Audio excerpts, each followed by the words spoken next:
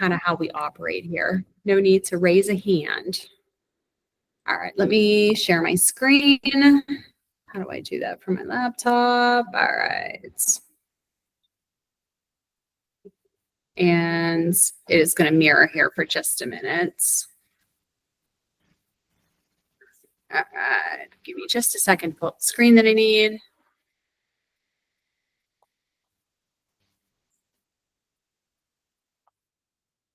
And we'll get this going. All right, can you guys see that? Yes. Yeah. Good.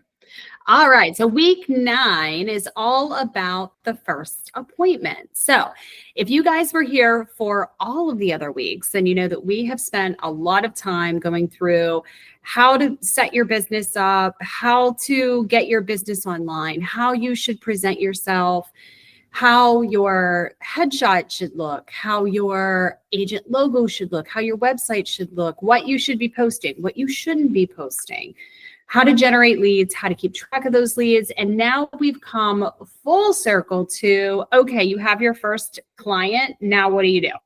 Right? Now what do you do? So we're going to talk about the first appointment today. All right, preparation for your first appointment. For new real estate agents, the first showing appointment with a client is a crucial step in building rapport, understanding client needs, and demonstrating your professionalism. So you want to schedule the appointment. That's the first step of any get together, right? Is scheduling the appointment. And remember your 7 touches from your prior lesson. Now's the time to put that knowledge to good use. For your first appointment, you want to set an exact time, date, and location for your appointment via phone. So you want to make sure that you're very clear on where they're supposed to meet you, when they're supposed to meet you, and what time. So what I do is I create a calendar invite for the showing and the address to invite the client. So let's back it up a little bit more and say you've picked up a lead. Maybe it came from Zillow, maybe it came from realtor.com, but you picked up a lead and the lead says, I want to see 123 Main Street, Saturday at 1 o'clock. My response while on the phone is, great. I'd be happy to show you 123 Main Street at 1 o'clock this Saturday. I have that all booked in for you. When we get off the phone, I'm going to do just a couple things. I'm going to send you a text message from my personal cell phone number. That way, if you need to get in touch with me before then, you have that and you don't have to go through the system. I know that can be a pain. I'm also going to send you an email with some information about the property. And I'm also going to send you a calendar invite with the property coordinates. That way you can plug those right into your GPS and you have those for the day of showing. So if you have any questions in the meantime, please feel free to reach out to me. But when we get off the phone, I'm going to send you that right away. And again, I will see you Saturday at 1 o'clock at 123 Main Street. I'm so excited to meet you in person. Okay? And that's exactly what you should be doing. Yeah. I'm so sorry. But before it's okay. No. Before you can even say that, do they have to sign the consumer notice? Nope. We're not at that point yet. So the first meeting is when they sign it, like when you're sitting down.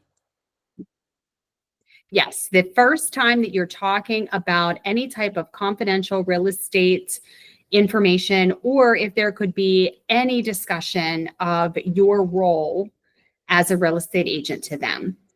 Okay. So when you're booking the appointment, you're just doing that. You're just booking the appointment. Got it. Thank you so much. You're welcome. You're welcome. All right. So you have your appointment set with the client. You've confirmed it on the phone with them. You've sent them a calendar invite. You sent them an email with additional information about the property, maybe even a few extra suggested properties that are close by. Maybe they want to see them. And you've sent them a text message from your cell phone number so that they have that. What do we do next? Next, we have to coordinate with the seller or the listing agent. Now, this is important. And this is, if you're a new agent, I get this a lot. Do I call the seller directly? If the seller is not your client, the answer is no. The answer is always no. You should never be contacting the seller directly. You always go to the listing agent to book the appointment. So on the MLS, it'll give you clear instructions on how to book the appointment. A lot of times this is in the agent remarks or in the showing remarks. Okay, so make sure you're reading those before trying to book an appointment willy-nilly. More experienced agents will get very upset if they've given instructions on how to show the property and then you just do something completely off left field. A lot of times it's going to be done through what's called the Showing Time app. And if you don't have the Showing Time app, I want you to go onto your app store and I want you to search for Showing Time and I want you to download that app. I'll put it up to the screen here so you can see.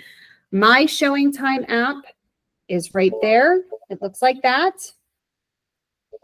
And it is Showing Time in your app store. This is going to be able to let you to book appointments. Sorry, let me silence this here. Maybe, I don't know how. Okay, there it goes.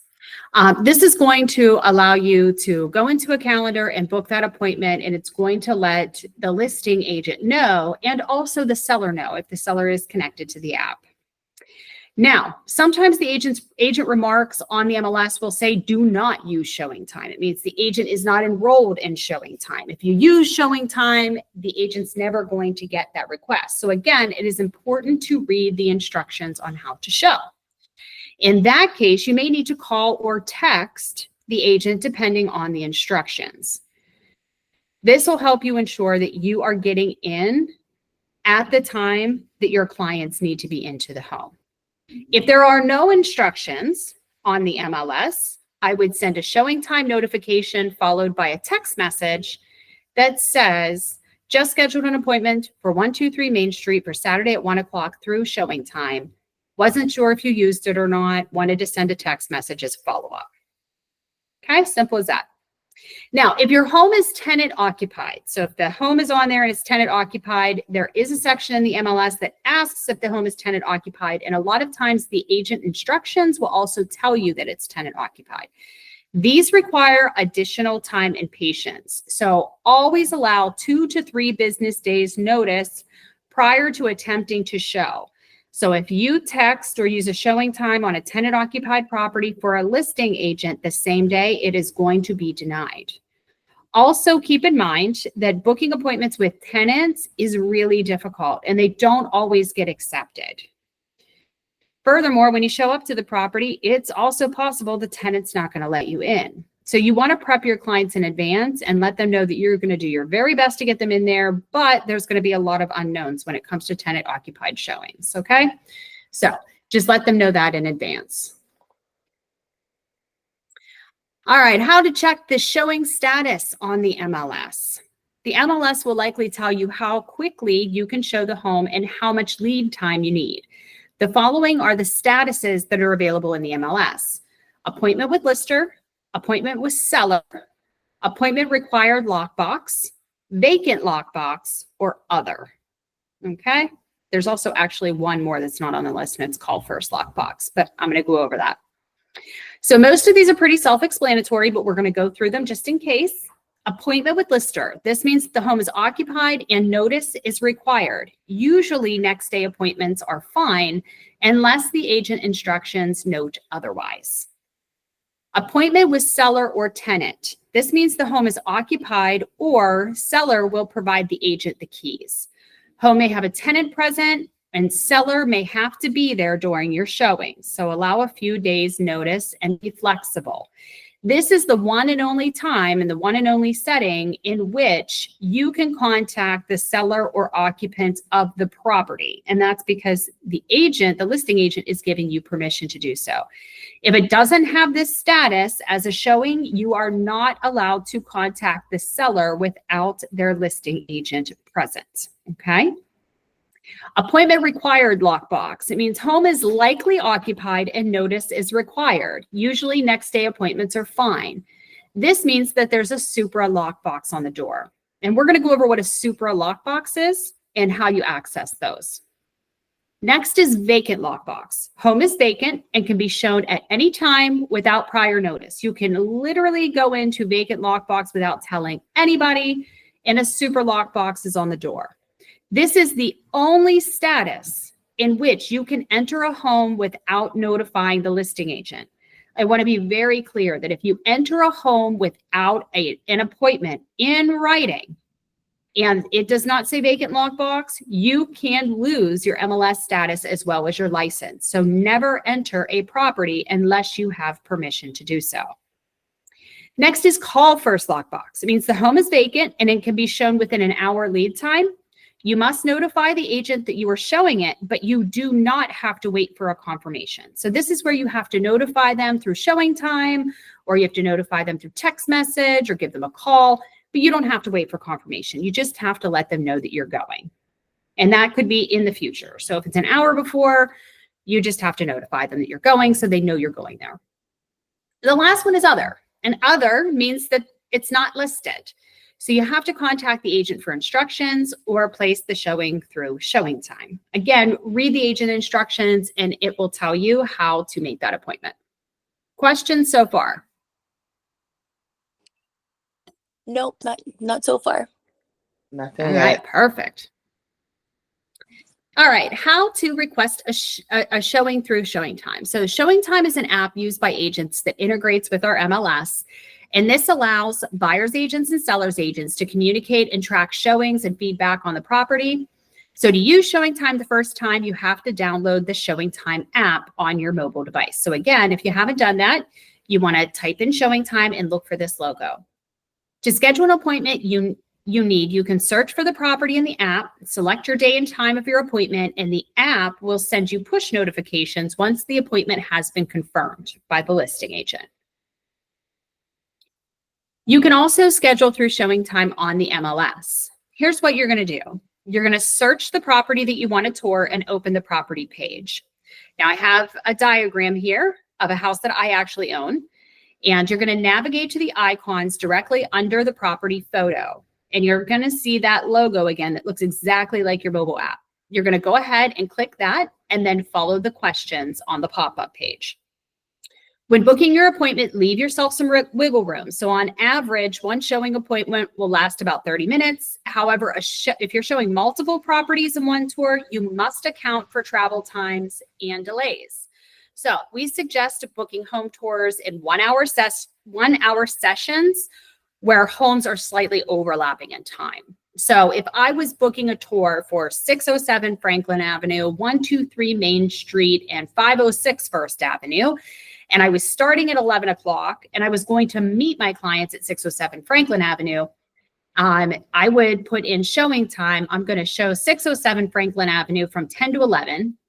And then I'm going to go to 123 Main Street from 10:30 to 11:30. And then I'm going to be at 506 First from 11 until 12. That way I'm giving myself some time.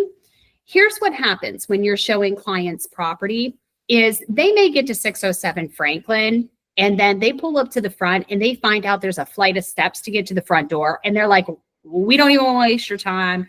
We're not going in. This is not the right property for us. You know, my mother, she has a walker and she would never be able to come over to visit and blah, blah, blah. So they may not even go into the property. They want to go straight over to 123 Main Street. Can you imagine if there was an hour that was booked for 607 Franklin and you would have to wait an entire hour to get into the next property, right?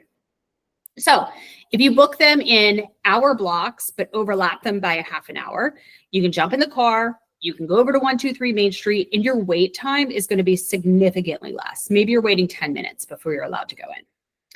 On the flip side, let's say they get to 607 Franklin Avenue, and each showing with these people normally takes about a half an hour. So about a half an hour a house. And they just love this property. So they decide to stay there for 45 minutes. Well, if you only booked yourself from 10 to 10:30 on this property, you would have to rush them out, which is the wrong thing to do. You want them to spend as much time in the property that they love as possible. So again, give yourself some lead time, give yourself some grace, and that way you still have time to get to the next one. Even though you were planning on being there at 10:30, because each showing usually takes 30 minutes, you know, you have until 11:30 to get there, okay? So overlap your appointments. Confirming the appointment. Once you have confirmed your appointment is set, this is a good time to send a confirmation text to your client. Remember your touches if you've been on the previous weeks. I know we have a couple new people here, so don't worry. We're going to talk about those 7 touches on the next round. So we're going to go ahead and touch them a fourth time. Good afternoon. I just wanted to confirm your appointment for Friday at 2 o'clock at 123 Anywhere Street. I've confirmed with the sellers and they will have the home ready for us to tour at that time. If you need any directions in advance, please let me know. Looking forward to seeing you. Okay, signed with your name. All right, pro tip, check your showing time often and make sure notifications are on. Even if your appointment is booked, the listing agent can cancel the appointment or suggest other times for showings if the status of the seller or property changes. So some reasons that the property status could change. So maybe there's a sickness in the seller home. And they're just not able to accommodate that anymore. They woke up and their child is sick and they're just not able to accommodate that appointment anymore. Maybe they're not able to get a pet out of the house in time. Maybe the seller accepted an offer and now the home is contingent. Seller took the home off the market or they may have had a family emergency. So before your appointment, double check the statuses of your showings and just make sure that one hasn't been canceled. So keep in mind the listing agent is trying to coordinate many moving parts with many different types of personalities, just like you. Be kind and do best to work with the listing agent and not against them. If you have a question as to why the showing is denied, unconfirmed, or moved, have a friendly conversation with the listing agent to gather direction. Okay? So before the appointment, we need to gather our supplies. Preparation is key in real estate. Before your showing, you will need to prep supplies and information for the showing. Please do not skip this step. This step can make the difference between a lead and a client. Remember, the first time you meet somebody, they are just a lead. They are a consumer. But it takes rapport building and preparation to turn them into a client. So first, we're going to get some information about the property. So you'll need to gather some information for your new clients. What you're going to bring is you're going to bring the MLS listing sheet, seller's disclosures, if they're available, lead-based paint addendum, OGM disclosures, again, if they're available. And what I like to do is I like to print the property lines and flood maps from the MLS because just when you don't print them is when you'll be asked for them. Additional documents to gather is your client presentation booklet. Maybe you're using the first time home buyers book that's available on ROGU Agent. You'll want to have your consumer notice ready for you, buyer agency agreement or the single property showing sheet. You'll want to have some business cards.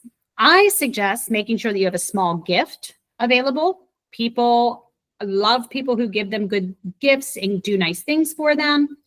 And a blank sales agreement in case they want to make an offer. So this is where the consumer notice comes in. Consumer notice, buyer agency agreement, or a single property showing agreement. Okay, and we're going to go over a little bit more about that in just a minute. MLS supplements and tools. The buyer will expect you to be prepared to answer questions about the home during the tour. It is important for you to be prepared and well-informed during the appointment so you can educate and lead your clients. The MLS supplement section can assist you in researching the property and prep for many questions the client will ask during the showing. To find disclosures online, you want to click on the icon under the listing photo, and I have it marked out here. You can also click the tab at the top of the page. It says supplements. This will pull up a download page where you can download and print disclosures if they're available and provided by the listing agent. If they're not provided by the listing agent, sending an email, giving a phone call, or shooting a text and asking for them is something that you can do as well. Next, you will want to pull the property map for the home. One of the most commonly asked questions from buyers are, where does the property end? Even though you are not a surveyor and should not pretend to be so, you can assist your clients by showing them a tax parcel map, which is provided as an estimate of lot lines of the property. To get to the parcel maps, you want to go ahead and click the parcel map tab in the property search function on the MLS. And this will pull an interactive map where you can save it, download it, and print it for your clients. So here's another pro tip. If the seller is selling more than one parcel of land, you will need to pull each report separately to see all the lots being sold in that specific MLS number. You can find other maps by using the tax search feature on the MLS. Questions so far? No? I just have one quick question. All Mhm. the all the paperwork that you suggest to take with you to that first appointment, is that all things that we would have access like through the office, or do we eventually just kind of have those like on hand once we become an agent and get everything organized in that area? Yep. Once you are licensed and onboarded, you'll have access to the forms library in SkySlope, and all the documents live right in SkySlope. Perfect. So it's all just like in one area and we can just print off what we need. Yep. I love that. Okay, perfect. Thank you so much. No problem.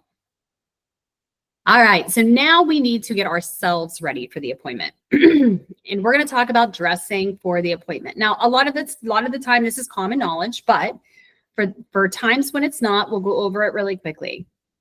In general principles, you want to appear professional. So your attire should reflect the professional nature of your job and the serious investment your clients are considering. You also want to take in consideration comfort. You may be on your feet for extended periods of time, moving through various types of properties. So ensure that your clothing is comfortable and practical. You can look professional without looking too dressed up. 6-inch heels are not recommended because trust me, you're going to show one house and you're going to feel like you want to die. So maybe keep those for special events. Appropriateness, dress appropriately for the climate, the region, and the type of property you are showing. Consider the expectations of your client base as well. And trust me that somebody who sells high-rise condos and somebody who sells horse farms in the country are going to dress completely different. So really dressing for professionalism and appropriateness really depends on your client. All right, so some seasonal considerations: warm weather and hot climates, you're going to wear something lightweight and breathable like cotton or linen. Short sleeve shirts or blouses are completely acceptable, but avoid anything too casual. No tank tops, no crop tops, no short shorts. And yes, I've had to remind people of this. No tank tops, no crop tops, no shorty shorts. Cold weather and colder climates, you are going to want to layer. You new agents will understand the value in dressing warm soon enough. When it's cold, it's cold. And remember, we work outside. Even though we're selling homes and we are inside the home showing it, I promise you, you will freeze your butt off. So layer and keep additional layers in your car, in the trunk of your car. If you have a clothing go bag, trust me, you will need them at some point. Rainy weather, have a professional looking umbrella and wear appropriate outerwear. Consider waterproof shoes and boots that still look professional. Special consideration: luxury properties, when showing something high end, elevate your attire. Casual or rural properties, you want to dress down slightly. You may even take out a pair of muck boots if you're going to a farm. You may take out a pair of hiking boots if you're doing lots that is very hilly or has a lot of trees. Cultural sensitivities, please be aware and respect any cultural or regional norms regarding your dress. So you do want to make sure that you're not wearing anything that would offend somebody else. And some final touches: personal hygiene is so important. Please keep yourself well groomed, clean nails, fresh breath, appropriate deodorant, colognes, perfume. You want to make sure that you have a bag or briefcase on you, even if you're not carrying it around. Just make sure that you have it and that you have it stocked with necessary documents, brochures, and tools. And I suggest a name tag, although those are falling out of fashion. I always wore a name tag until recently, but you guys do you. All right. Arriving at the appointment. Arriving at your first appointment can be both exciting and frightening at the same time. So here are some tips. Always arrive on time. You should be arriving at the meeting place 10 minutes early for the appointment. Park on the street or a place where easy movement of your vehicle is available for safety reasons. Scan the property. So scan the property and the neighborhood while you're waiting, but do not go inside alone. And I know a lot of agents that do this. Do not go inside that house by yourself. You should wait for your clients before entering the home unless it is your own listing. Brush up on the listing sheet while you're waiting so that the details are fresh in your mind. I do not want my agents going in the property alone for a couple different reasons. One, if this is an occupied property and something goes missing and you were in there ahead of time, it's really easy for a seller to pin that on you. Item number two is that even though we don't like showing abandoned properties, sometimes it happens, especially with investments and foreclosures. You never know who's on the other side of that door. So you never go into a property alone, period. Wait for your clients. All right, text your client. If this is the first time you are meeting your clients face-to-face, let them know that you have arrived at the property and where you can be located when they arrive. You can meet them on the front porch, in the driveway, or if it's cold or raining, let them know that you're staying in your vehicle until their vehicle arrives. Now let's talk about greeting your clients. You want to give them a warm welcome. So greet your clients warmly with a friendly and professional demeanor, and then introduce yourself. If this is your first in-person meeting, briefly introduce yourself and reiterate your commitment to helping them find the right home. Next, since this is the first time they're seeing homes with you, explain the showing process. I think that as agents, we assume that people just know how it works. If these are first-time home buyers, they may not know how it works. Even if they're second-time home buyers, they may have a different set of rules with their first agent that they use. So explain the process. You can explain them that this is a guided tour. Welcome them to ask questions along the way. Explain that they are welcome to open cabinets and closets, but to avoid touching or moving any of the seller's personal belongings. Also explain that it is common for sellers to have video and audio recordings in their home, so be careful what they say during the tour. Explain that you will meet them back at the meeting spot after the tour for more feedback and to discuss more confidential questions that they may have. At this time, this is where you ask them to sign the consumer notice and the single property buyer agency form. I suggest having these items on a clipboard that you carry along with you, and then you can also keep your MLS data for the home on this clipboard as well. Once that is done, you can go ahead and enter the home. Now, we're going to talk about cracking the code of the lockbox. There are two common lockbox styles that we will see on properties. The first is a super lockbox, and the second is what we call a combo or a contractor box. Just depending on the area in which you're doing business, you'll see one of these more frequently than the other. We're going to go over the super lockbox in a little bit more detail. Backwards, I'm missing a page. All right, so I'll just do it off of memory. Supra Lockbox. This is where we use an app on our phone called the Supra app. And for those of you who are signed up for the MLS, you know exactly what I'm talking about. For those of you who are not yet signed up for the MLS, you will get this app on your phone and you will be provided instructions on how to use it. What you do is, and just so you know, the app, you guys can see it, it's right here. See that little box? The app on your phone allows you to open the lockbox. So if I would open my app here, this is what the app looks like. To obtain a key, I'm going to hit this little button down here that says obtain key, and I'm going to put in my code. Once I put in my code, I'm going to go ahead and position my phone by the super lockbox. It's going to beep a couple times. Then I'm going to push up and out on the bottom of the lockbox, and the key falls out the bottom. I unlock the door, and then I'm able to show the home. At the end of the showing, I replace the key in its box, and I push it up into the bottom of the lockbox, and it secures it back in there. Just one pro tip here: never put the key in your pocket. Ever, ever, ever. Do not put the key in your pocket, because I promise you, you're going to leave that property. You're not going to put it back. Okay. So what I do is I unlock the door. I keep the key in the lock until I am done showing the home. Then when I leave the home, I shut the door, I lock the door, remove the key, and place it back in the lockbox. Okay. Save yourself the trip, because there's nothing worse than coming home at the end of the night. You've been out all night. It's raining. You just want to get a hot shower, and you figure out you have somebody's key in your pocket. And then you have to backtrack through every house you showed that day to figure out whose key it is. That'll just ruin your whole week. All right, contractor lock boxes are easy. Those are usually 3 to 4 digits. You get a code in showing time or directly from the agent. You dial in the code, and then there is a black button on the side of the lockbox. You pull the button down, and the faceplate will pop out, showing you the key. When you're done, you replace the key, you push the front of the lockbox forward, and then you must spin the dials to lock it. If you do not spin the dials, the lockbox will fall open, the key will fall out, and then you're going to have an angry listing agent and an angry seller. So make sure that you flip it forward and spin the dials to reset it.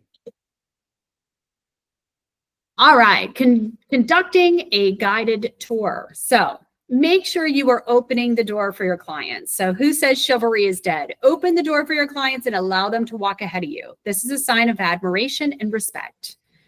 Let there be light. Now is your turn to go ahead of your clients and turn on the lights for the first room of the first floor of the house. Do not go upstairs before your clients. Turn on the first floor lights and then guide them room per room. Pick out positive features of the home and ask your client open-ended questions to learn more about them. So for example, wow, this home has such a spacious kitchen. Do you enjoy cooking? What's most important for you in your next kitchen? One thing I don't want you to forget is the basement or backyard. Believe it or not, the basement and backyard are the most commonly missed areas of the home tour. So don't forget to guide them to the basement and the backyard before concluding it. Make sure you have those disclosures ready. They will come in handy when you're viewing the furnace, AC unit, hot water tank, and the electrical panel. All right, feedback period and wrap up stage. At the end of the tour, invite the clients to meet you back at the vehicles or your meeting point to discuss the home. Double check your pockets and ensure you did not put the key in your coat pocket before leaving. Secure the lockbox and ensure it is locked prior to exiting the property. Double check all entry doors and ensure that they are locked and turn all lights off in the home. Next, you need to ask for feedback on the property. This is important for 2 reasons. One, it gets to help you know your client. It gets you to understand what they really love and what they don't love. So ask them, what did you love about the home? What did you hate about the home? And ask them to be honest, because the more honest they are with you is, it is giving you more ammunition to find them exactly what they want in the price range that they want. So it's important to ask them to be honest. And I always tell my clients, this isn't my home, so spare my feelings. Whether you love it, whether you hate it, it's not going to ruin my day. But I just want to make sure that, if you hated this home, I don't want to show you the one next door and waste your time. So, tell me what you hate about it. If you love it, tell me what you love, and then I'm going to find a couple other properties that are similar to it. Provide them with documents. So provide them with the documents you prepared. This should be the MLS sheet, the disclosures, neighborhood data, client presentation, parcel map, whatever you have in your buyer packet, provide that to them. And book the next appointment before you leave that property. And this has kind of always been my secret weapon, is book that next appointment. This is an important step in converting leads to a client. Suggest a few other listings to view and ask them if they have any properties they would like to see, and book that appointment in the calendar for a few days out. Never leave an appointment without trying to book the next one, because here's what's going to happen, especially if they're a lead that came through Zillow or Realtor or anywhere else. They're, click happy on the site, just clicking away. You're going to leave that appointment and you're probably going to forget about them because the next lead comes in, and us agents have this innate ability to grab the lowest hanging fruit and forget about customer service in any nature, right? It's just easy to get sidetracked. And 2, they're going to see another property and then they're going to forget about you because you didn't complete your number of touches with them, and they're still not seeing you as their agent. But the minute you book that second appointment and you have that appointment in, instead of going back on Zillow and hitting the button, they're going to call you, because they already have the appointment. Why would they hit the button? They already have their next appointment booked. Keep in mind that people want immediate gratification. So provide them gratification before they ask. Follow up and follow through period. Here's the next steps is call the following day. Post-showing follow-up keeps you top of mind and shows your clients that you care. Do not delay and do not skip this step. You should be following up the next day. Have similar listings ready to suggest. So find some other similar listings on the MLS, do some research, and have that information ready. Also, you want to make sure you add them to an MLS search. There's lots of different ways you can add them to an MLS search. One of that ways is your one app, and then we're going to go over that in another training. Follow up often and continue building lasting relationships with your clients. Questions? No? Is this? I have one. No, Is this- you ask away, honey. Is this workbook that you're presenting off of? Is this available for print, or is this just? It is. I believe I sent it. I'll double check to make sure you were on it, but I believe I sent it to your old email. Okay, got you. Thank you. If you're not on there, I'll forward it to you. Okay, I'll probably print it from the office tomorrow anyway. Okay. Okay. So here's an MLS prospect auto notification, which I'm not going to go through this, but this is just step by step on like how to set up a contact in the MLS and then how to save a search and enable auto emails to go out. Feel free to use this. This is in your workbook, so you can do it step by step, but I'm not going to go over all of the steps for you. If you need help doing this the first time, you can reach out to me or your TCs, and we'll be happy to sit down and show you. All right, that's all I have for you this week. Give me your questions, guys. Nothing? You pretty much was covering everything I wanted to ask you. Gave the answers to already. I just really wanted to know if it was available to download, but I'll look it through the old email, and like I said, I'll print it out tomorrow when I get to the office. Okay, great. Well, I'm glad I did a good job of explaining it. Next week, we're going to talk about your first offer. So that's where we're going to talk about how you approach your first offer, some of the things that you need to do, some of the things you need to disclose, the paperwork that you need to fill out, and how to fill it out. So next week is graduation week of Ultimate Launch, and we're going to go through your very first offer and how to tackle it with confidence. So for those of you who are new again, don't worry that we're on week 10.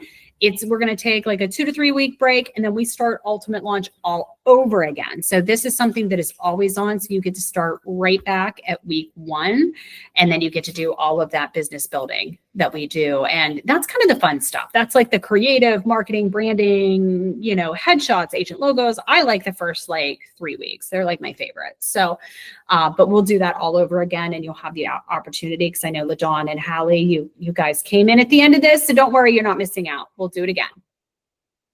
Okay, awesome. Perfect. Thank you so much. Yes, thank You you. are very welcome. Well, as always, I'm going to go ahead and end the recording, but I'm going to go ahead and stay on the line. So if anybody needs anything, feel free to stay on until everybody else jumps off. And I will be here to answer any questions that you have. Thanks, guys. Thank you, Christina. Thank you.